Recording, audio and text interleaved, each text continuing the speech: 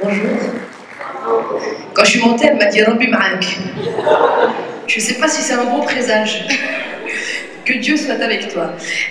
Écoutez, je suis ravie d'être là, même si un petit peu comme le jeune homme qui est passé tout à l'heure, je ne sais pas trop ce que je fais là.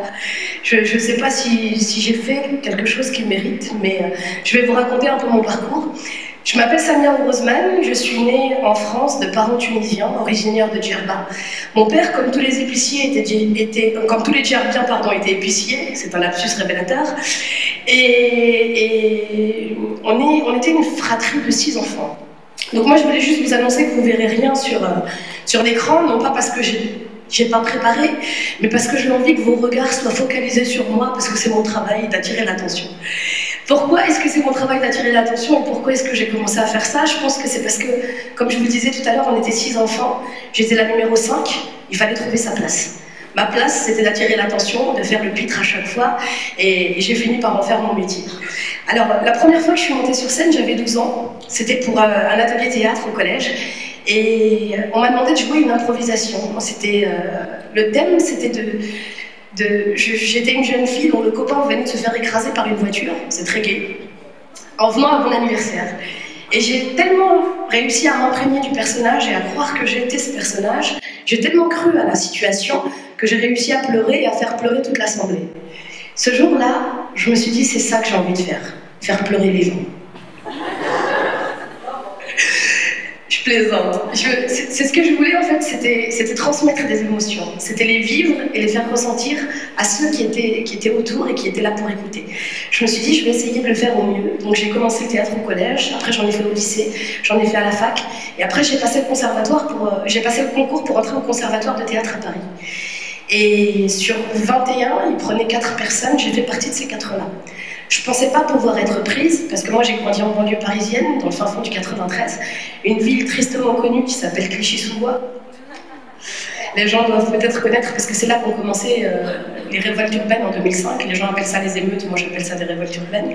Et du coup, moi qui débarquais dans ce monde-là, j'étais un peu étonnée. Je pensais pas qu'on allait me prendre, et quand j'ai passé l'audition, je l'ai fait avec le cœur, j'y ai cru et ça a fonctionné. On m'a pris, j'ai passé 2 ans au conservatoire, et puis ce qui s'est passé, c'est qu'à côté, je travaillais pour essayer de gagner ma vie, parce qu'à mon âge, je ne voulais pas demander à mes parents de me donner de l'argent de poche. Et comme je travaillais, je n'étais pas assez assidue en cours. Alors un jour, le prof m'a dit, écoute, je suis désolée ma fille, mais dans la vie, c'est soit tu bouffes, soit tu fais du théâtre. Et bien, comme on peut le voir, j'ai choisi de bouffer. Voilà, j'ai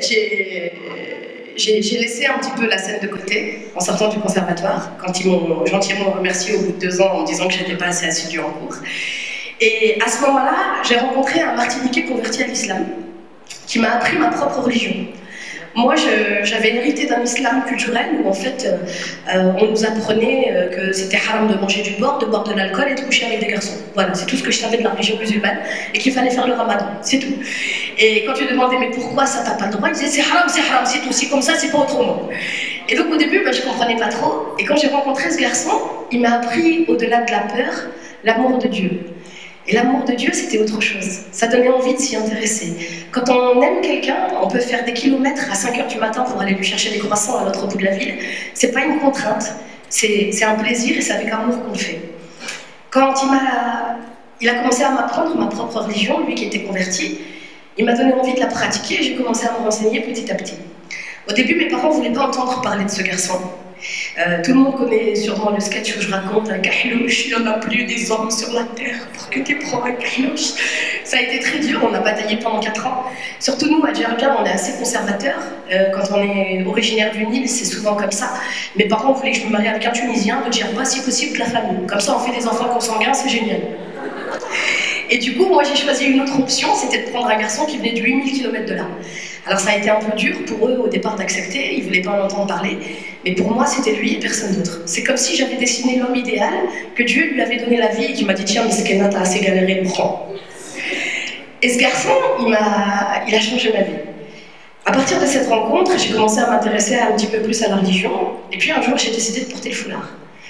Et quand j'ai porté le voile, au début je l'ai mis de manière un peu plus traditionnelle, mais à ce moment-là je me suis dit bon maintenant la scène c'est fini. Plus personne ne voudra de moi, qui va m'offrir un rôle. J'avais laissé le théâtre de côté, pensant plus jamais pouvoir rejouer. Et puis un jour, en allant voir une pièce de théâtre, sur scène se tenait une femme qui portait un turban comme moi, avec un col roulé. Elle s'appelait aussi Samia, et elle jouait la comédie, ça ne l'avait pas empêchée, avec ce foulard-là. Et à ce moment-là, j'ai compris que les barrières, elles étaient dans ma tête. Ouais, il se passe beaucoup de choses dans ma tête.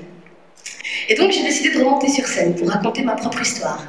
Et ça a commencé à prendre, ça a fonctionné. Et suite à ça, j'ai pu aller jouer en France, mais aussi en Belgique, en Suisse, au Luxembourg, au Maroc, en Tunisie, en Algérie, au Sénégal, au Cameroun, au Gabon, en Côte d'Ivoire, à Montréal, à Dublin. Ouais, ça fait pas mal, ouais.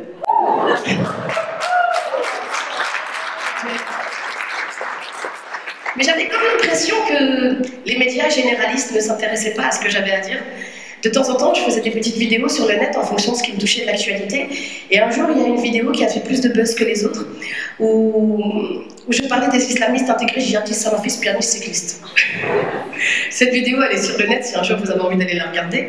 Mais cette vidéo, bizarrement, au lendemain des attentats de Charlie Hebdo, elle a fait beaucoup parler d'elle. Les gens qui ont vu cette maman arabe qui disait aux djihadistes « laissez-nous tranquilles », malgré le fait qu'elle soit musulmane et qu'elle porte un voile, eh ben, ça a mis les gens d'accord.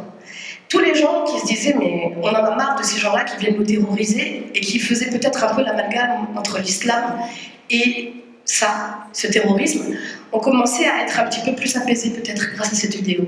Elle a rassemblé pas mal de gens. Et au lendemain de la diffusion de cette vidéo, j'ai été invitée sur tous les plateaux de télé, dans toutes les radios, un peu plus généralistes. Et là, on a commencé à parler de mon travail. Bon, après, je vais être sincère avec vous, c'est quand même laborieux, parce que chaque fois qu'on m'invite dans une émission de télé en France, on parle toujours de la musulmane voilée qui fait de l'humour. J'espère qu'un jour, on fera plus attention à ce bout de tissu et qu'on considérera juste que je suis humoriste. Mais j'essaie de faire du mieux que je peux. Quand j'ai recommencé la scène, après avoir vu cette fille sur scène et que ça m'a donné envie de remonter, la première fois que je suis allée demander pour remonter, pour faire un sketch, parce que moi j'étais juste comédienne à la base, je faisais pas d'humour, et j'avais commencé à écrire un sketch et je voulais le tester quelque part. La première personne à qui je me suis présentée, elle m'a dit « non mais écoute, c'est pas comme ça, si tu veux venir jouer chez nous, il faut proposer une banque démo, il faut nous faire un CV, une lettre de motivation, j'ai dit tout ça pour jouer dans une cave. » Et donc à partir de ce moment-là, je me suis dit « mais non en fait, je vais pas mendier, c'est pas à moi d'aller supplier pour qu'on me fasse jouer quelque part, je vais organiser moi-même mes propres plateaux d'humour et comme ça j'aurai besoin de demander à personne. » J'ai un peu de nif, je crois que je dois avoir du sang algérien sans le savoir. mais du coup, j'ai organisé mon propre plateau d'humour. Et ça a fonctionné. J'ai fait venir plein de gens, plein d'humoristes qui venaient faire rire avec une règle. C'était pas de vulgarité, pas d'obscénité pour que les familles puissent venir au théâtre. Je leur ai expliqué que nous, dans notre culture, dès qu'il y avait une scène déplacée à la télé, on changeait la chaîne parce qu'on était mal à l'aise. Et qu'aller voir des spectacles où ça parle que en dessous de la ceinture, c'était un peu déplacé. Donc du coup, j'ai expliqué à tous ces humoristes-là, qui étaient de plein d'origines différentes, qu'il faudrait s'adapter au concept que je venais de créer. Et ils ont accepté. Et maintenant, c'est des gens qui sont très très connus en France et dans toute l'Europe, mais qui m'ont fait l'honneur de venir faire un passage sur les spectacles, les plateaux d'humour que j'organisais. Donc j'ai fait ça d'abord, pour moi, tester mes propres sketchs. Et petit à petit, j'ai commencé à écrire davantage. Et je devais avoir 15 minutes de scène ou quelque chose comme ça. Quand un jour, un copain comédien m'appelle, il s'appelle Phil Darwin, c'est lui qui a été le premier qui m'a fait monter avec lui sur des scènes. Il me dit « Samia, est-ce que tu peux avoir 1 heure de spectacle dans 3 mois ?» Je dis « mais Phil, c'est impossible. » Je lui dis « ça fait 2 ans, je tourne avec 15 minutes. » Je lui dis « c'est impossible. » Il me dit « Samia, pour 1 heure de scène, ils prennent en charge ton transport, ton hébergement, c'est pour aller jouer en Côte d'Ivoire, c'est pour aller jouer au Luxembourg, pardon, et c'est payé une fortune, le salaire d'un mois. J'ai dit, tu sais quoi, demain je l'ai mon heure, demain c'est bon. J'ai écrit, je me suis serré la ceinture, moi je sais travailler que dans l'urgence et qu'avec la contrainte, sinon je sais pas faire. Et donc j'ai écrit 1 heure de spectacle, et la première fois que j'ai joué c'était au Luxembourg, je crois en 2009. Ça s'est bien passé, et puis j'ai continué. J'ai joué un peu à droite à gauche, dans plein d'événements, partout où je pouvais, principalement pour des bonnes œuvres. J'ai beaucoup fait des choses associatives, j'ai joué pour des orphelinats, j'ai tellement joué pour les orphelins du Maroc, j'ai demandé est-ce qu'il en reste. Mais c'était cool. Moi je me rappelle que ma mère, elle n'arrêtait pas de me dire, moi je comprends pas, tu joues tout le temps gratuit, c'est n'importe quoi, tu laisses ta maison, tu laisses ton mari, tu laisses tout et tu vas jouer gratuit. J'ai dit, maman, il n'y a rien de gratuit. Quoi qu'il arrive, tu es toujours gagnant. 1, tu fais une bonne action. Que ce soit vrai ou pas, toi, ton intention, c'est de faire une bonne action. Donc ça, c'est déjà positif. De 2, tu t'entraînes. Moi, quand je joue à droite à gauche, ça me permet d'apprendre davantage mon travail et de perfectionner mon spectacle. De 3, ça te crée un réseau. Donc, plus tu vas jouer, plus les gens vont entendre parler de toi, et plus il y a de monde qui va te connaître, et plus ton travail va prendre forme. Donc, quoi qu'il arrive, il n'y a rien qui est gratuit. À un moment ou à un autre, ça paie. J'ai à peu près réussi à la convaincre. Et j'ai continué comme ça pendant un temps. Aujourd'hui, j'ai eu la chance de jouer pendant 3 ans au Théâtre du Point Virgule. C'est un petit théâtre qui se trouve dans le quartier du Marais à Paris, où ont débuté beaucoup de grands artistes, comme Elie Kakou, comme Gad Elmaleh, comme plein d'autres comédiens, Bigard, etc. Et pour moi, c'était une fierté qu'on accepte de programmer mon spectacle là-bas. Moi, la fille d'immigrés. Maintenant, je joue au Théâtre l'Apollo, qui est un théâtre à République, un peu plus grand. J'ai la chance de jouer les week-ends. Je joue 3 soirs par semaine, c'est génial. Et un jour, il y a carrément une maison d'édition qui est venue voir mon spectacle. Ils ont tellement aimé ce que je racontais sur scène, parce que mon spectacle, j'essaye de rassembler tout le monde, je me moque d'un peu tout le monde, mais pour mieux les réunir. Et donc, ils ont tellement aimé ce que je racontais qu'ils m'ont proposé d'écrire un livre. Alors au début, j'ai dit, bon, bah, pourquoi pas, on va tester, je vais essayer une autre aventure. Et puis plus les jours approchaient, plus je disais, ah, pourquoi j'ai dit oui, pourquoi j'ai dit oui. J'ai commencé à me poser tout un tas de questions, j'ai fait des crises d'urticaire, je n'endormais plus la nuit, la deadline elle arrivait et je me demandais est-ce que j'étais légitime. Parce que c'est ça notre problème à nous les filles, c'est qu'on se pose beaucoup la question de est-ce qu'on est légitime. Il y a quelque chose qu'on appelle le sentiment d'imposture, et qui est très répandu surtout chez les femmes, c'est que nous, on se pose 1 milliard de questions. On ne cherche pas juste à atteindre notre but et à faire ce qu'on a à faire, on n'arrête pas de se marteler avec des questions. Est-ce que je vaux la peine? Est-ce que je mérite? Est-ce que ça, c'est quelque chose qui est fait pour moi? Est-ce que... Alors qu'un garçon, il ne se pose pas de questions. Son objectif, il est là, il avance et puis c'est tout. Mais nous, on est un peu plus comme ça. Après, il ne faut pas faire de généralité, il y a sûrement des garçons qui se posent des questions et des filles qui ne s'en posent pas. Mais moi, je vous parle de manière globale. Et donc, je me suis posé beaucoup de questions, mais finalement, je pense que ça m'a aidé à essayer de donner le meilleur de moi-même. J'ai écrit un bouquin qui est sorti en mars dernier. Et quand il est sorti, dans les 3 premiers jours, on était en rupture de stock chez Amazon. J'ai un peu halluciné parce que je ne m'attendais pas du tout à ça. Et j'ai eu beaucoup de retours positifs de gens qui me disent « Mais merci parce que ton histoire, elle est inspirante. Elle nous pousse à donner le meilleur de nous-mêmes et à essayer de tracer notre propre chemin. » Donc, effectivement, sur ma route, j'ai toujours rencontré des problèmes, des galères, des choses qui m'empêchaient d'avancer. Mais je me suis toujours dit « C'est pas grave. Moi, mon objectif, c'est ça et je vais tout faire pour essayer que ça fonctionne. » Et j'ai donné le meilleur de moi-même et j'ai essayé de me battre pour que ça puisse fonctionner.